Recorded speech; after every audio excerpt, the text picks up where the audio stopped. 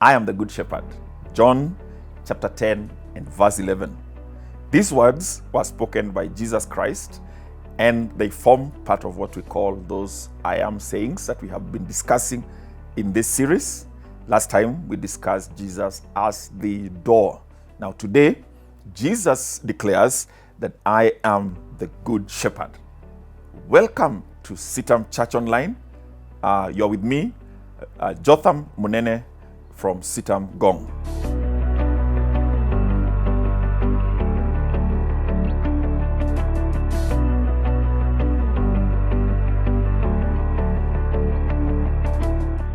When we were in school, we have this career guidance, or they call them guidance and counseling masters, who sort of help us to chart the way forward, whether it is in terms of career or character.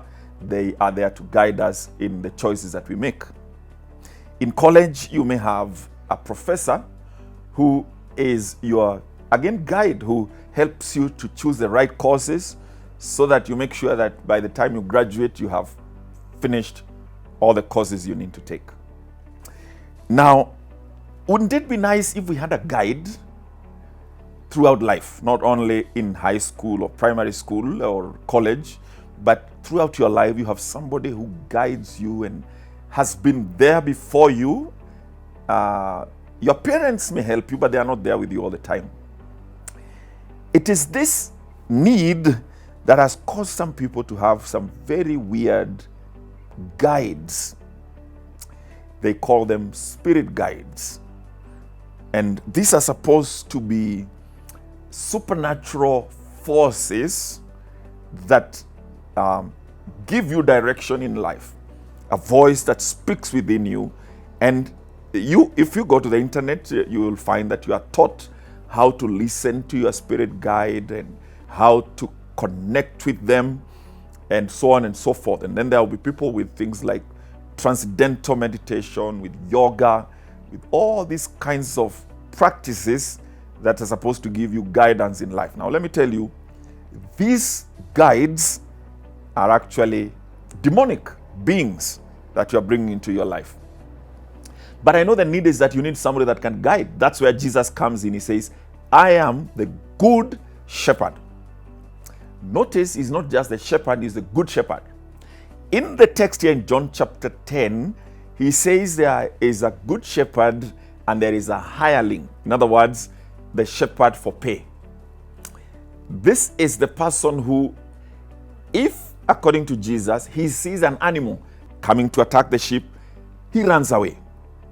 So these are people who are paid, but they do not have the calling to guide you and to protect you and to provide for you in this life. Jesus says, I am the good shepherd.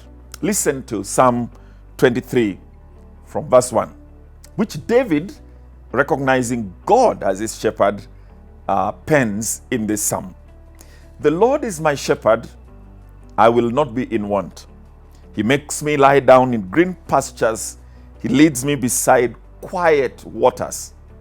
Now that speaks of the peace and tranquility that you find with Jesus on your side. He restores my soul. He guides me in the paths of righteousness for his name's sake. He helps you to do the right things. Verse 4. Even though I walk through the valley of the shadow of death, I will fear no evil, for you are with me, your rod and your staff, they comfort me.